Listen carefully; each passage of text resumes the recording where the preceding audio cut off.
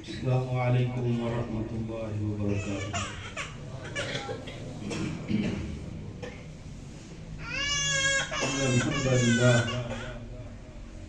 إن الحمد لله نحمده ونستعينه ونستغفره ونعوذ بالله من شرور أنفسنا ومن سيئات أعمالنا من يهده الله فلا مضل له ومن يضلله فلا هادي له وأشهد أن لا إله إلا الله وحده لا شريك له وأشهد أن محمدا عبده ورسوله أما بعد اللهم صل على محمد وعلى آل محمد كما صليت على إبراهيم وعلى آل إبراهيم إنك حميد مجيد اللهم بارك على محمد وعلى آل محمد كما باركت على إبراهيم وعلى آل إبراهيم إنك حميد مجيد عن أبي هريرة رضي الله تعالى عنه قال رسول الله صلى الله عليه وآله وسلم من يأخذ هؤلاء الكلمات فيعمل بهن أو يعلمهن من يعمل بهن قلت أنا يا رسول الله فأخذ بيدي فعدى خمسا قال اتق المحارم تكن عبد الناس الله أكبر قال اتق المحارم تكن عبد الناس وارض بما قسم الله لك تكن أغنى الناس وأحسن إلى جارك تكن مؤمنا وأحب للناس ما تحب لنفسك تكن مسلما ولا تقصر الزهق فإن الزهق تميت القلب۔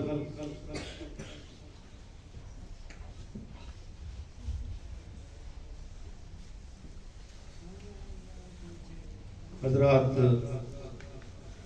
سامعین، ابھی برادرم عتیق الرحمن الوی حفظہ اللہ تعالی انہوں نے نصیحت کے لیے کہا ہے، اور نصیحت میرے جیسا طالب علم کیا کر سکتا ہے؟ میں نے تو وہ نصیحت آپ کو سنا دی ہے جو ہمارے پیارے نبی جناب محمد کریم صلی اللہ علیہ وسلم نے سنائی ہے۔ ایک دن ایک طالب علم مجھے کہنے لگا کہ استاد جی کوئی نصیحت فرما دیجیے۔ اللہ اکبر۔ تو میں نے اسے کہا کہ اتق اللہ حیث ما کنت،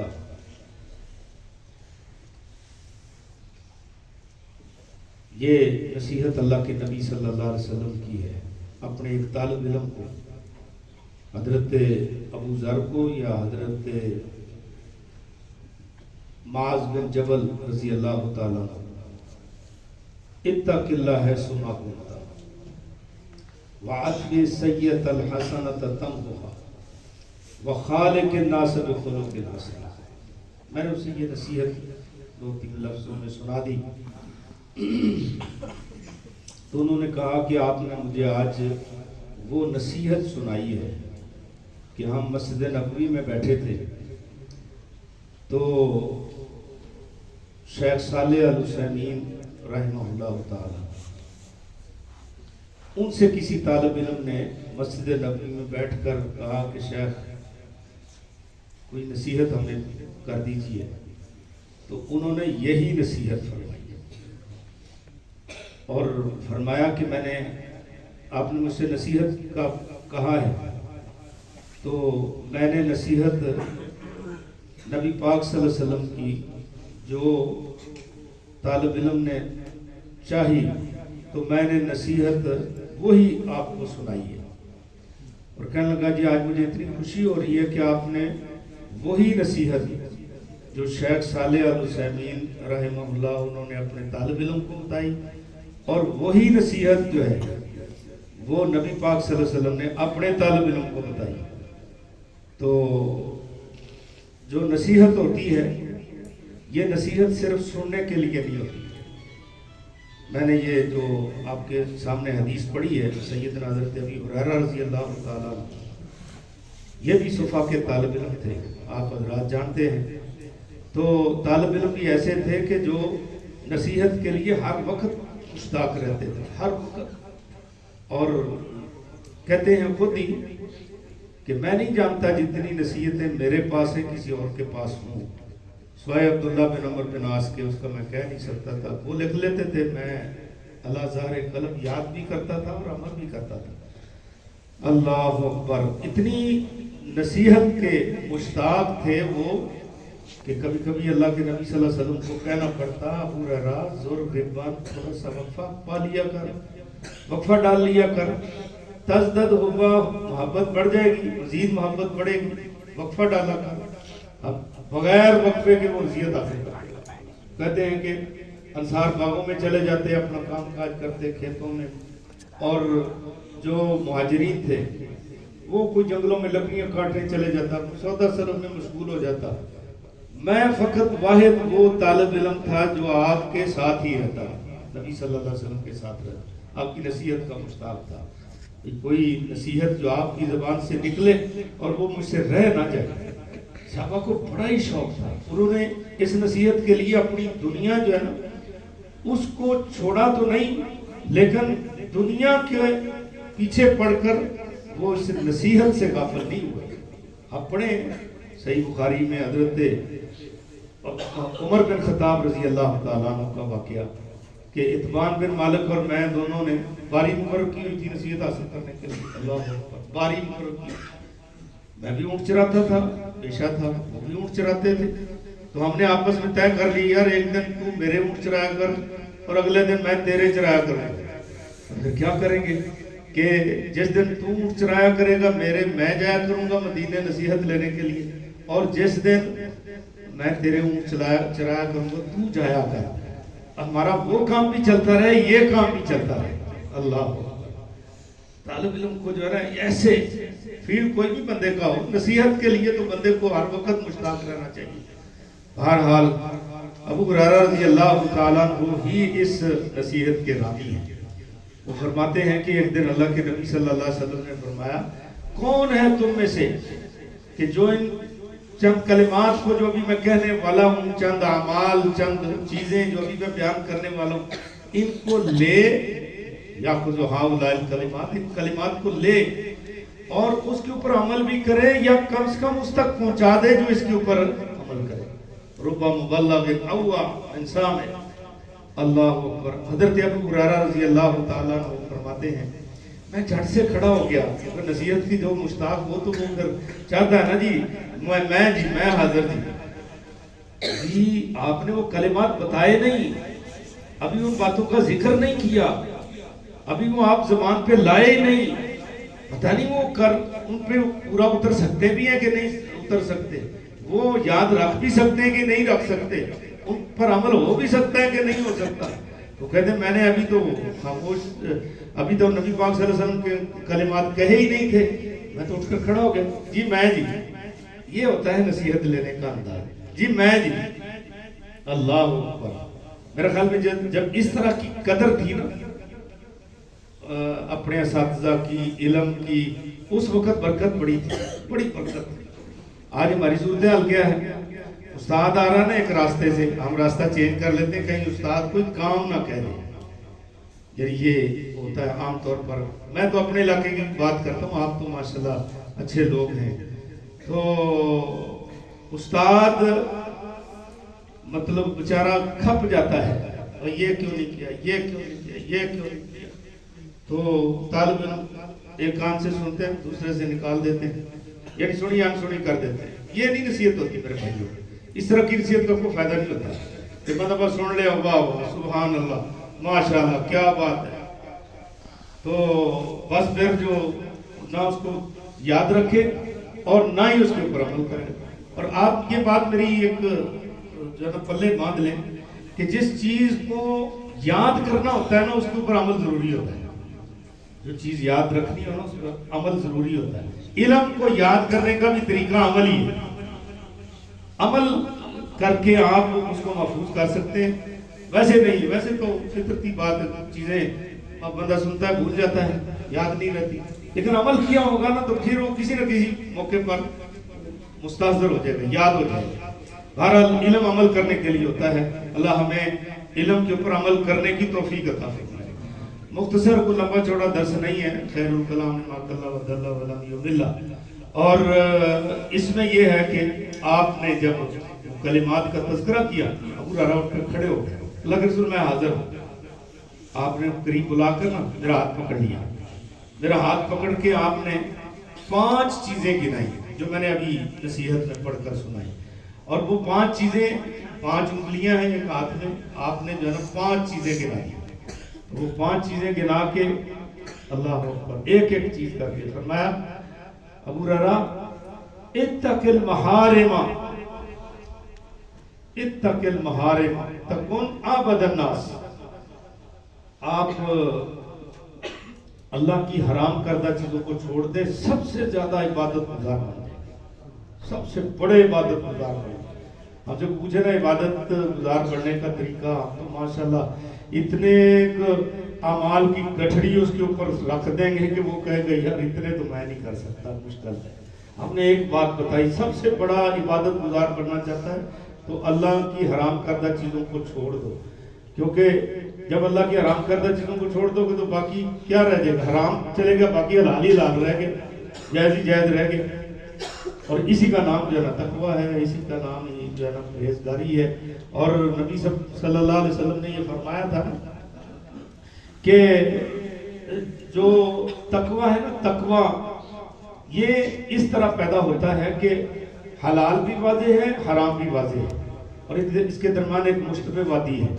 تو حرام تو اس کے قریب ہی نہیں جانا, مشتبہ وادی کے قریب بھی نہیں جانا, مشتبہ کو بھی چھوڑنا ہے.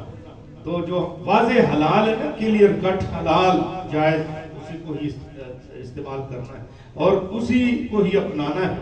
فرمایا ان الحلال بین والحرام بین, حلال بھی واضح, حرام بھی واضح, بینہما مشتبہات. اور جو مشتبہ وادی سے بچ گیا, من اتقى شبہات فقد استبرأ لدینہ وعرضہ, اس نے دین بھی بچا لیا, عزت بھی بچا لی. اور من وقع فی الشبہات وقع فی الحرام. پھر آپ نے مثال بڑی خوبصورت دی. آپ نے فرمایا کہ ہر بادشاہ کا ایک حما ہوتا ہے, حما ممنوع علاقہ حما ہوتا ہے.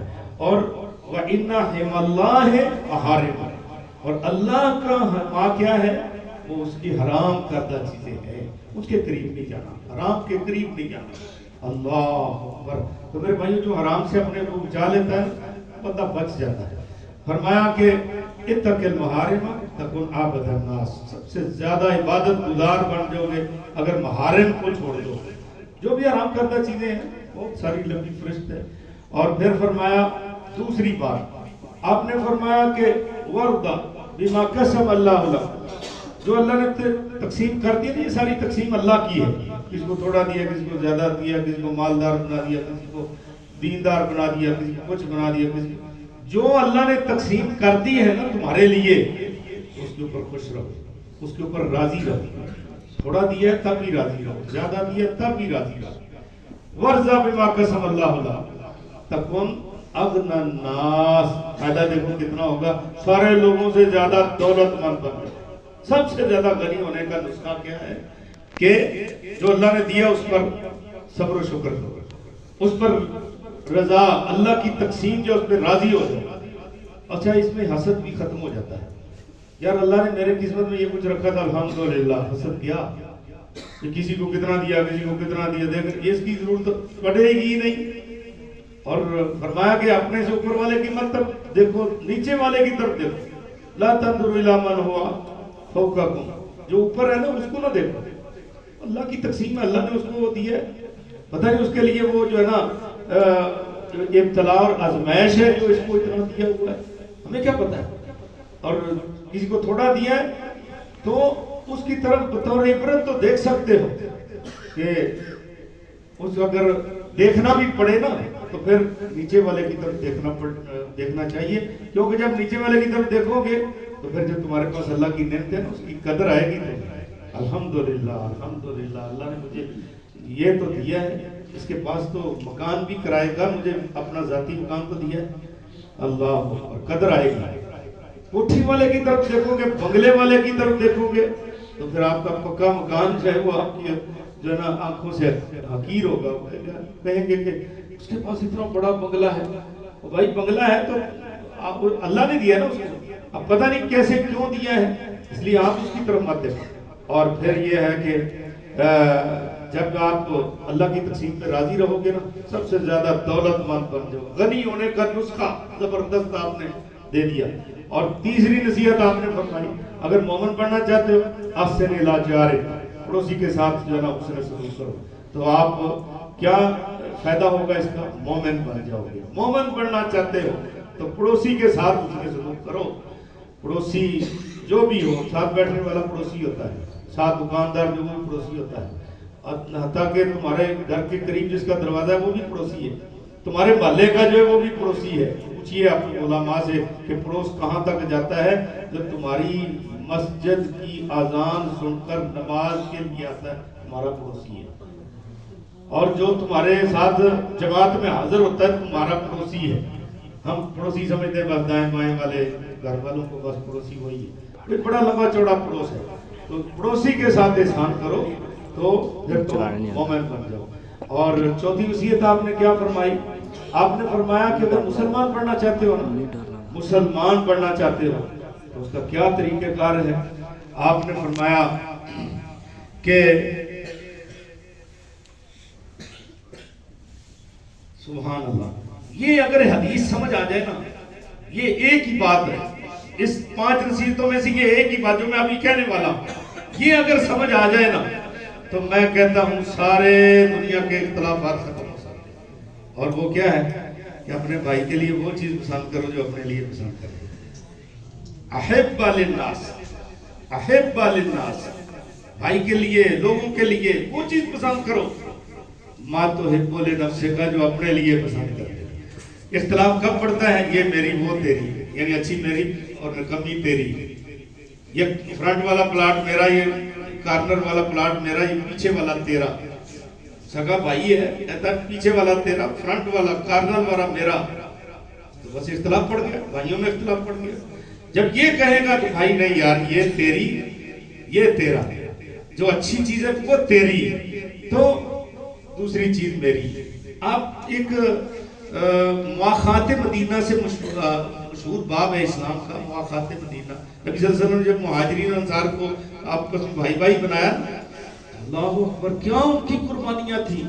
میں کہتا ہوں انہوں نے اس حدیث کو سمجھا تھا کیا کہ جو اپنے لیے پسند کرو وہ اپنے بھائی کے لیے پسند کرو۔ تو وہ لے گئے، بھائی میرے 2 گھر ہیں، میرے 2 گھر ہیں، اچھا وہ 2 جو میرے ہیں نا، میرے 2 گھر، ان میں سے ایک تیرا ہے لیکن تیرا وہ ہے جو تجھے پسند ہے۔ سبحان اللہ، میرے 2 باغ ہیں، ان باغوں میں سے جو تجھے پسند ہے وہ تیرا اور دوسرا میرا۔ یہ ہے اصل بات۔ احب لنفسک، احب للناس ما تحب لنفسک، لوگوں کے لیے وہ پسند کرو جو اپنے لیے پسند کرتے ہو۔ ابن داسا کہتے ہیں امام ابو داؤد رحمہ اللہ نے 4000 حدیثیں کم بیش جمع کرنے کا اہتمام کیا سنن ابی داؤد، اور ان 4000 حدیثوں میں سے 4 حدیثیں ایسی ہیں کہ ان میں سے ایک حدیث ربع اسلام ہے، ربع اسلام یعنی چوتھائی اسلام۔ اور مثال کے طور پر ان حدیثوں میں یہ حدیث بھی کہ اپنے بھائی کے لیے وہ چیز پسند کرو جو اپنے لیے پسند کرو، یہ حدیث، یہ ربع الاسلام ہے۔ اسلام کے 4 حصے کر لو، اکیلی یہ حدیث ایک، اسی لیے میں نے کہا کہ اسے ایک بات پہ عمل ہو جائے تو بس سارے اختلافات ختم ہو جائیں گے۔ اللہ اکبر، آج جھگڑا یہی ہے، اپنی کچہری عدالتیں تھانے یہی جھگڑے، یہی کوئی اور زیادہ نہیں۔ یہ میری وہ میری، یہ میری وہ میری، اچھی اچھی چیزیں میری، تو اختلاف پڑ گیا۔ فرمایا کہ اپنے لوگوں کے لیے وہ چیز پسند کرو جو اپنے لیے پسند کرتے ہو، تو پھر کیا ہوگا؟ پھر تم پکے مسلمان بن جاؤ گے۔ اور پھر 5ویں اور آخری نصیحت یہ، وَلَا تَقْصُرِ الضِّحْكَ فَإِنَّ كَثْرَةَ الضِّحْكِ تُمِيتُ الْقَلْبَ۔ ہنسنے سے منع نہیں کیا، ورنہ بہت زیادہ نہ ہنسا کرو، بہت زیادہ۔ کیونکہ بہت زیادہ ہنسنے سے یہ جو دل ہے نا، دل یہ مردہ ہو جاتا ہے، دل مردہ ہو جاتا ہے بہت زیادہ ہنسنے سے۔ ہنسنا ٹھیک ہے، موقع مناسبت سے ہنسا بھی جا سکتا ہے، مسکرایا بھی جا سکتا ہے، لیکن ہر وقت ہنستے ہی رہنا یہ دل کو مردہ کر دیتا ہے۔ نبی پاک صلی اللہ علیہ وسلم نے فرمایا تھا آخرت کے اعتبار سے جو مجھے علم ہے نا، کاش تمہیں بھی ہو جائے تو پھر کیا ہو، لَبَقَيْتُمْ كَثِيرًا، بہت زیادہ رو، لَضَحِكْتُمْ قَلِيلًا وَلَبَقَيْتُمْ كَثِيرًا، بہت تھوڑے تم ہنسو اور بہت زیادہ روو۔ تو پھر بھائیو یہ 5 نصیحتیں یہ آپ نے حضرت ابو ہریرہ کو بتائیں اور گنوائیں، اور یہ کیا کہا کہ ان کلمات کو کون ہے جو لین پر عمل کرے اور یا پھر ان تک پہنچا دے جو اس کے اوپر عمل کرے۔ اللہ تعالیٰ سے دعا ہے اللہ مجھے بھی ان پر عمل کرنے کی توفیق عطا فرمائے، آپ سب بھائیوں کو ان پر عمل کرنے کی توفیق عطا فرمائے۔ بہت کام کی نصیحتیں ہیں، بلکہ ایک ایک فرمان جو اللہ کے پیارے حبیب کا ہے، آپ حدیث سنتے رہتے ہیں کہ آپ صلی اللہ علیہ وسلم نے فرمایا کہ نظر اللہ عمران مقالت، اللہ تعالیٰ اس بندے کو تر و تازہ رکھے، خوش و خرم رکھے، شاد آباد رکھے۔ اس نے میری بات کو سنا اور اس کو پھر اللہ ظاہر قلب یاد کیا اور اس کو لوگوں تک پہنچایا جس طرح اس نے سنا تھا۔ اللہ پاک ہمیں عمل کرنے کی توفیق عطا فرمائے۔ اقول قولی ھذا۔